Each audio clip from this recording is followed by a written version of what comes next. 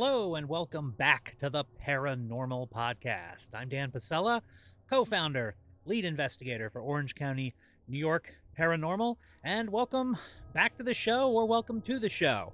If this is your first time here, thank you so much for tuning in. Make sure to subscribe and follow and rate and review the podcast on whatever platform you're listening to us on. Also, there is a video version of this available on our YouTube channel and also on Facebook. And of course, all of it is available on our website, www.orangecountanyparanormal.com. It's been interesting to see the different folks we're having. A lot of downloads.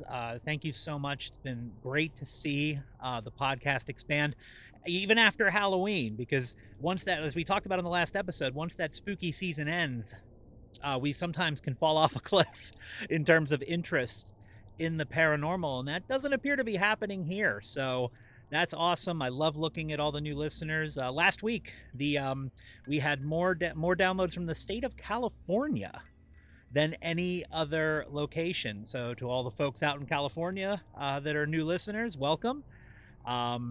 It's been pretty much consistently out of New York for a long time, but it's nice to see expanding and everything. So thank you for tuning in. Subscribe, rate, review. If you're watching on Facebook or YouTube, make sure to follow us, like us. If you're on YouTube, hit that bell, and that way you'll get notified about all of our videos, both the podcast episodes and our investigation videos. So for today's episode, we're going to talk about something that comes up a lot, but it comes up a lot more when we finished a month like we just finished, which was a month just chock full of events.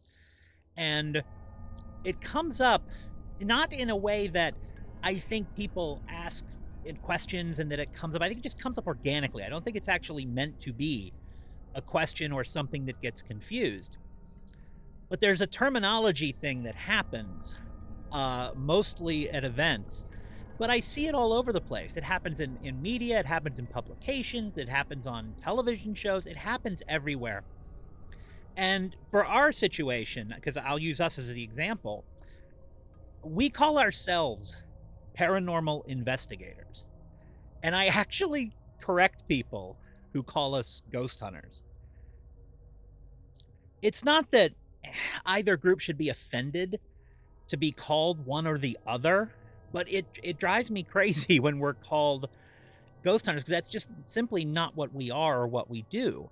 And it might seem like we're splitting hairs, because both take a lot of work, both types of groups have a real dedication to the craft. It's just a different kind of dedication with different methodologies, different goals, and different kinds of people who do it. And honestly, I just want folks to get it right. And as I said, I don't take it personally. I don't get mad. I'm not a jerk when I correct people. A lot of times I do it often. Sometimes I choose not to if I think I'll sound too much like a jerk. But there's a difference. And that's what we're talking about today. The difference between a paranormal investigator and a ghost hunter. So once again, we find ourselves back to a common theme around here on this podcast. We love to talk about terminology and definitions. And that's okay, because as we've said many times, there's 10,000 groups doing it 10,000 ways.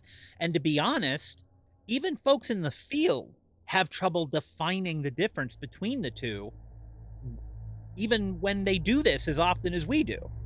Now, it's easy to think, well, aren't all of you ghost hunters, or aren't all of you paranormal investigators? And no, there is a difference. The term ghost hunter, I think that sort of blanket label comes from the fact that one of the first shows that made this whole field mainstream was Ghost Hunters. I don't know about you, I watched the heck out of that show when I was younger. And you know, I followed the TAPS folks all over.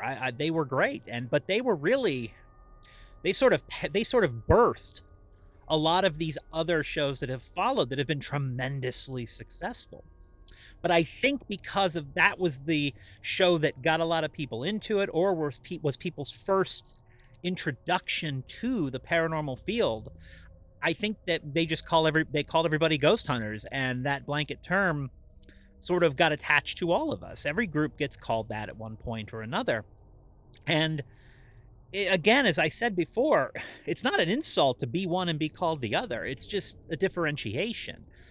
And what's interesting is when I sat down to think about the differences and I started looking into and reading some stuff to, to do a little research to see what other people thought, because maybe it was just me that thought there was a difference, and it's not.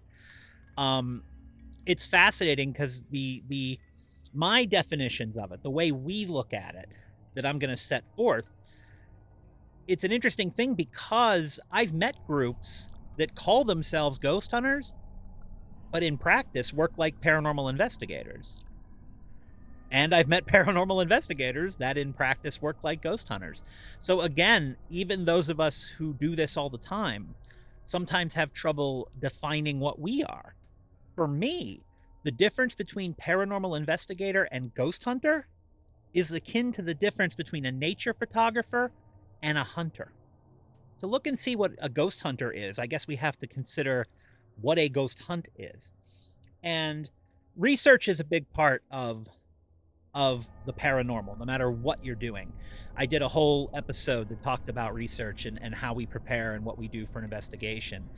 But when in terms of ghost hunting, there is definitely less of the focus on research.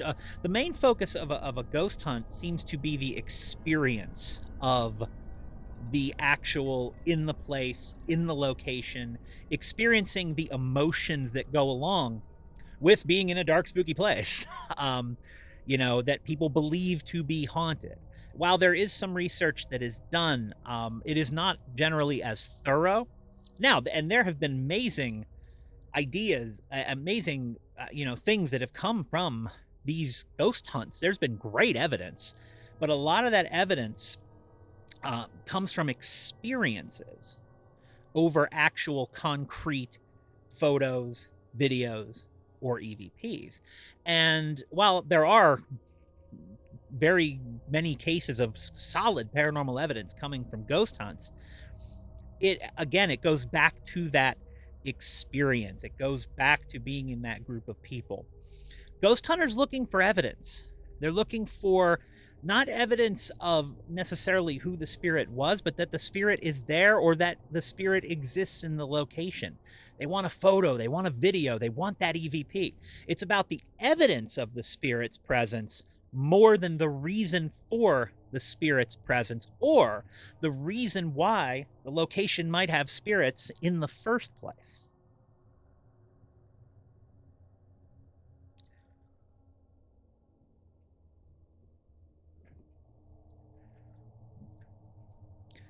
The other thing is, as it pertains to ghost hunting and ghost hunters, one of the biggest difference that seems to be in almost everything I read and everything I researched for this episode was that ghost hunting is definitely more of a group activity, definitely at least a larger group, but more of a social event than a paranormal investigation.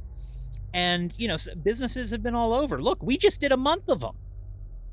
We called them ghost hunts for a reason. That's what they were. They were large groups, from the 30 people we had at Hyde Hall to the 12 people we had at Grapevine Farms and Finger Lakes Community Action. It was, a dozen or dozen plus people going through a haunted location at night in the Halloween season, talking about, yes, we gave an education on the spirits, but really it's the experience that the folks who attend those are after. And there's a reason they're called ghost hunts. It's because they are. They absolutely are. And it's more entertainment driven. It's more people driven. As I said, you can't get dozen to 30 people in an area and hope to get valid paranormal evidence. That's not what it's about. It's about that, just that act of doing it, the act of being in a place, the act of maybe seeing a spirit, or taking pictures on your phone and finding that spirit. That is what ghost hunting is more so about than what paranormal investigation is about, that I will discuss in the second part of this. So in a lot of cases, ghost hunting is a reasonable facsimile of a paranormal investigation, but it's not a paranormal investigation. It's different. It's different. It's just as valid. The experiences you have are just as real. The evidence can be just as good, but it's different. The ghost hunt experience is different than the paranormal investigation experience.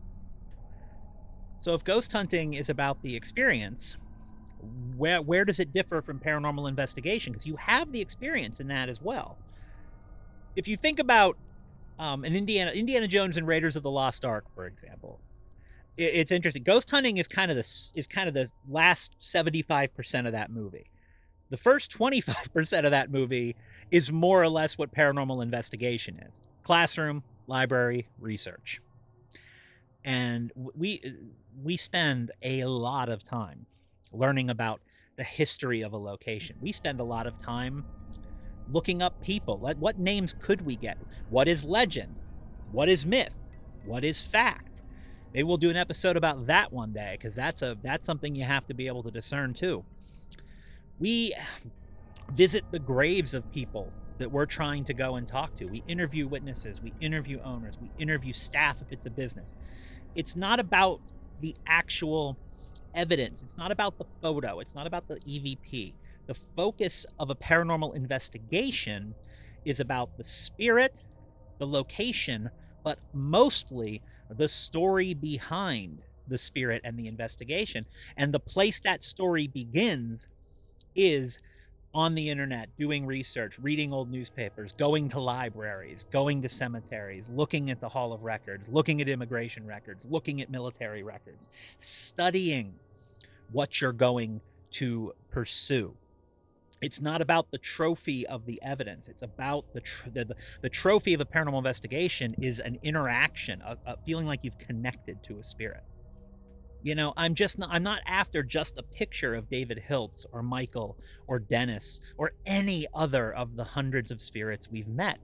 It's their story. I want to know what they're doing there, what their life was like, what their life is like, what they're seeing in this exact moment. Look, I'll take a photo. Don't get me wrong. That's the holy grail.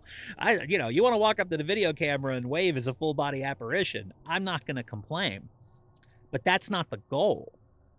I want to learn more. We're there to learn more about the spirit. See if we can help them. Heck, see if we can help the living people around the spirit. That's a lot of what it's about.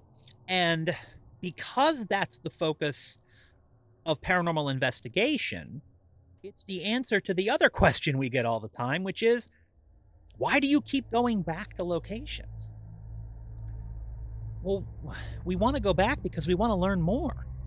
Like, we got all this evidence from the first time we were there. We got a list of names. We got responses to questions that we couldn't hear. Maybe it was an EVP and we couldn't hear it at the time, but now we know. So now when we go back, it frames what we're going to do next. And if you're listening to this and thinking, well, no kidding, that's why you would do that, you'd be shocked the folks I've met, the investigators I've met that take pride. They pound their chest. We only go to a location one time. We're one and done. That's not paranormal investigation. It's barely ghost hunting, actually. We talked about ghost hunting being more of a social experience. A lot of people having that experience. Paranormal investigation, it's about a controlled environment. Smaller groups that focus on the history, specific people, specific events that you're asking about because you have the research. In our situation, there's a lot more cameras because we're trying to capture whatever it is we can capture around us or around the location. For paranormal investigation, there is an in-depth review process, and it's a long process, trust me. A lot of deep analysis, a lot of debunking, and in a perfect world, publishing the results. I'm still shocked how few groups actually do that. We do. But it's a much more controlled thing. It's a smaller thing. It's meant to prevent the contamination. So a paranormal investigation is much less a social event and much more of a laboratory kind of atmosphere where we're not trying to get the deer head on the wall. We're not looking for the trophy. What we're looking for is knowing the habitat of what we're going after, knowing what we're going after may respond to, and then doing what we can do to paint the best picture of the subject that we're trying to investigate so that that subject, or spirit in this case, will interact with us.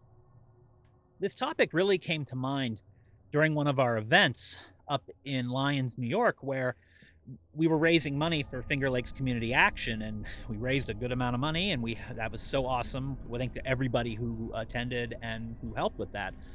And one of the things that we agreed to do was allow them to have a raffle where the winner would join us for the investigation of a location up there at a later date, probably into next year. Well, I sort of made the comment of, well, make sure you get a raffle ticket, proceeds go to a great cause, and then you can come back and investigate with us for real. And one of the folks took umbrage to that. Like, what do you mean this isn't real? And it's like I said before, it's what we do at a ghost hunt event is a reasonable facsimile of an investigation. It's not an investigation. But, and if it sounds like I'm saying one is better than the other, I am not. Because my conclusion that I came to is actually when you define it in the terms that I've just laid out, I would say about 90% of the groups do the job like they're paranormal investigators, regardless of what they call themselves. They put in the work, they put in the research, they control the environment. 90% of the folks who do it to the level that we do it, and they are out there, 10,000 groups doing it 10,000 ways, 90% of them, they prep as if they're doing paranormal investigation. So perhaps, like most terms do over time, perhaps the term ghost hunter has evolved. Perhaps it has evolved to the point where folks like us, people who are in groups like us, it doesn't really apply to organized paranormal groups anymore. Maybe the term is now best suited for amateur events, folks who attend them, folks who aren't going to have their own equipment, who don't have the time or the interest to go through the whole process of doing the research and looking at the equipment and understanding how it works and understanding the best, ways to take a photo, who just want that experience. Maybe they're the new ghost hunters, and the organized groups can fall into that category of paranormal investigator, because most people who do this, they're doing it that way. So as always with definitions of anything, whether it be in the paranormal field or the field that you work in, I think we have to come to the conclusion that these definitions evolve and they change. We are all who do this in an organized way, we're all paranormal investigators, because most people who do what we do put in the kind of work and care in the kind of way that you have to do this at the level that an organized paranormal group does. And I have zero problem calling them ghost hunt events, because the events are for the people who attend them. The folks who don't want to make this their entire life like so many of us has, but just for a brief moment want a taste of the experience, the excitement, and the intrigue of investigating this amazing field. Speaking of that raffle we had up at the Finger Lakes Community Action, we did have a winner in it. I believe her name is Norma, and so we are looking forward to having you join us, if you're listening, at an investigation next year, whether it be at Finger Lakes Community Action or another location in that part of New York. We will definitely be there, and all our events. It's, as I said in the last episode, it's bittersweet when they end. But all that stuff happened in October. Something else that happened in October that happened sort of between the recording of the last episode and now is that we appeared on another podcast. I was interviewed on the It's All Relative podcast, and it was a great experience. I've done a lot of podcast interviews over the years. This was definitely one of my favorite ones, just because the folks were so great. And you ought to tune this in. I'll put a link in the description. It came out on Halloween. we had already recorded this episode when the last episode when everything fell together, so I'm mentioning it now. But there's links on our Facebook page. I will put that link in the description, as I said. I wanted to share it again because they were really good. They did a great job, and and when you listen, you'll think that they actually interview paranormal people, because they ask some amazing questions. They don't. Their podcast, they've got something for everybody over there on that podcast. So I definitely urge you to check them out too. So once this episode is complete, look up the It's All Relative podcast, and we had a great interview there, and they probably have talked to somebody else that will interest you too, because they have talked to a ton of people. They're great people. So go over there and support them as well. It was a ton of fun being on that show. Something amazing about doing this, as long as we have, is you're always going to end up doing something you've never done before. And we have one final investigation video coming out this year. It's not our final investigation of 2023, but it will be the final published video investigation. And it will be from our investigation of the Gans house. But we're doing it in a way that we've never done this before. They have asked us, and we have accepted, to come up there this Saturday night, November 18th, just in case, if you're listening to it after it, it's November 18th, and do a live evidence reveal. The coolest part of all this is that you can actually watch us do it. And you don't even have to be up in the Sharon Springs, New York area, which is around Albany, if you're unfamiliar with it. We're doing it live in person, but the Sharon Springs Historical Society and Museum is also going to broadcast this online. So it's going to be as if I'm sitting with the owner of a building. They're going to be seeing this evidence for the first time. And so can you. I'll put a link in the description for the Everbright link of where they're asking folks to sign up. They are asking for a small donation for the Sharon Springs Historical Society. Worth every penny. Anytime we can help support an organization like that, we are happy to do what we can. But this is the first time we've ever done it completely live. Thankfully, I'm used to sharing evidence over Zoom because sometimes we do that when we're really far away from a location. But this is going to be interesting. And the online broadcast, it's at 7 o'clock on Saturday night, again, 11/18. The link's in the description. And if you are one of the folks who can actually get over there in person after the broadcast is finished, we're actually going to premiere the investigation video for that location and for that investigation on site at the event. It won't be at the place we investigated, but at the event. And the video will come out very soon on all the other platforms, Facebook, YouTube, so on and so on. But if you really want to see us in action, talking about evidence, talking about equipment as we're doing it, check out that link in the description, and we hope to see some of you there. I really want to get a ton of people to this thing. I want to show I really want to show some numbers, because it's really cool. We've never done it before, and anytime we do something for the first time, you have to get excited about it. And that was an amazing investigation. The evidence is, in some cases, jaw-dropping. And for those of you who watch the TV shows or have watched any of our other videos where we've used a structured light sensor camera, which is the stick figure camera, where if it senses it's the Microsoft Kinect technology. If it senses anything with enough substance, it will draw a stick figure as to what it's showing. The most stunning and compelling SLS footage we have ever captured happened during that investigation, and that's all going to be there. We're going to talk about it all at the Gans house, in person and online, available. And then when that video comes out, probably next week, you'll be able to see it on any of our channels. So if you haven't yet, Facebook, YouTube, follow us, like, subscribe, hit the bell so you don't miss those videos. I'll probably see if I can post the event video on our stuff too. So if you aren't around Saturday night, you'll be able to hopefully see that. If I can't post the actual video, I will post where you can get the video, where you can watch it if you can't be there. It's very excited. I am really pumped about it, and it's gonna be different. It's gonna be very different. So Emily and I are like, yeah, and then we're like, okay, how are we gonna do that? No, it's gonna be great. I'm always up to the challenge of trying something new from a tech standpoint. So hope to see you there, whether it be in person or online. So you'll be able to see how we review evidence, but everybody does it a different way, like everything in the paranormal field. Evidence reviews are done differently by different groups as well. I mean, much like how all investigators are different. Large team or small team, psychic or tech driven, ghost hunter or paranormal investigator.